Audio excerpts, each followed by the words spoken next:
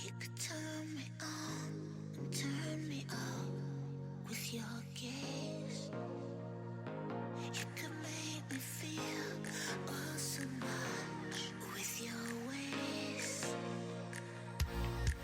It's so perfect the way you play me. It's magnetic the way you pull me into you.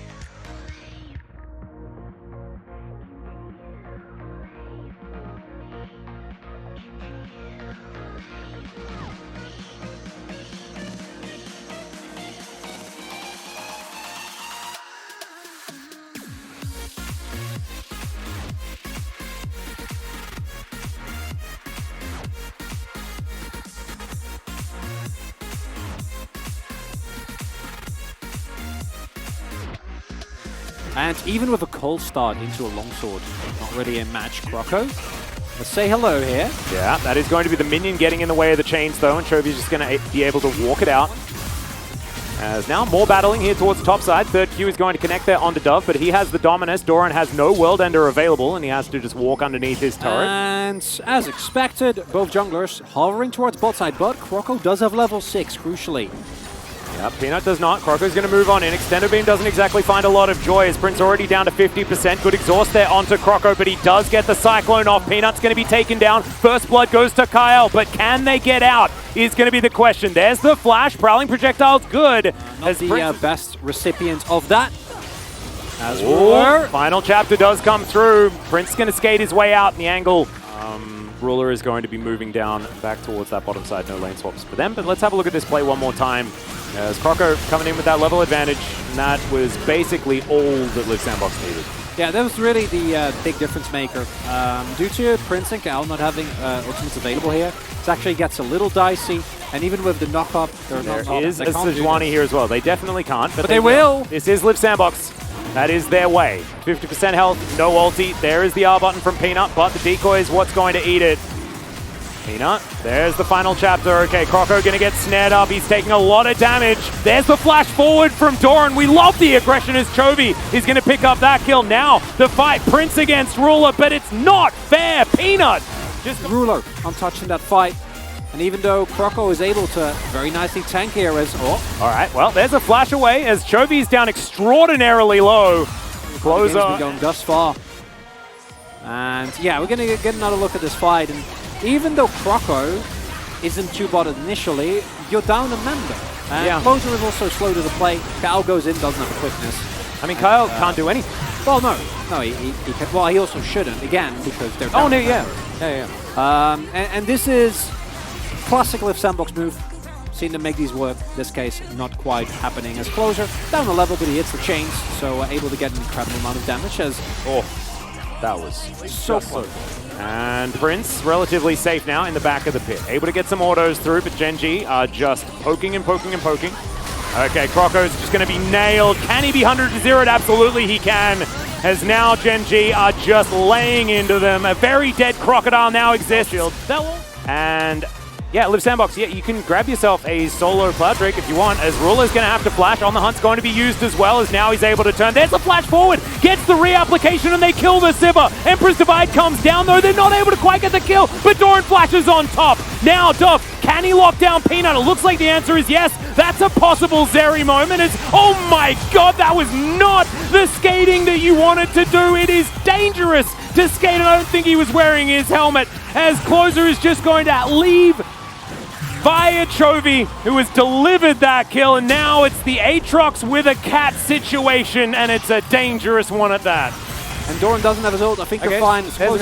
Yeah, so Chovy's going to pick up a solo kill at that point in time. Sometimes replays. Anyway, Peanut going to get caught by 3 people.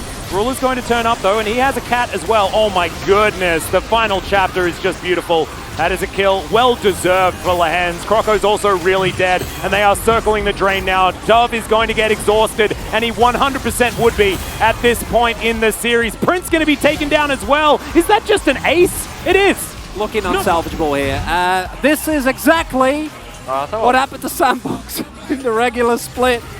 And they made Gen.G work for 3 straight games, but in the 4th game, Gen.G doesn't really have to work for it anymore as Sandbox run into them. This is the reason why this was the fastest individual game in round robin 1. It was Gen.G versus Liv Sandbox, and this was when Liv Sandbox were already good. Like, they were already managing to take so many great wins. This is who they are. No, absolutely.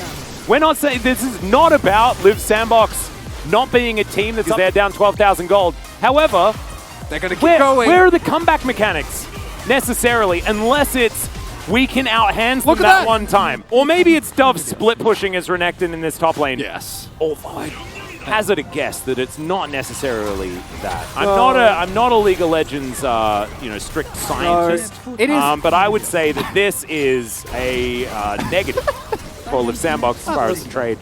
It is only fitting because this is the most This is the most typical way for this best of 5 to end. It is. Three amazing games. Sandbox breaking. Nail biters. Breaking the 16-0 win streak. They might be able to break a crown. There's the Emperor's Divide. Final chapter is going to make sure that Chovy is absolutely fine. And in fact, he's just going to kill Croco. Here's the turn. And Gen.G will pick it up. The Emperor's Divide from Closer leaves a little bit to be desired. That might be it. And that is just going to be it. Gen.G will be your first confirmed finalists here for Summer 2022. Prince is going to take a crap, maybe. But his Nexus is most definitely going down. Extraordinarily well-deserved here for Gen.G after having an unprecedented regular season run. They've done it before in years past. 6 times in a row, they've made it to this level of the playoffs.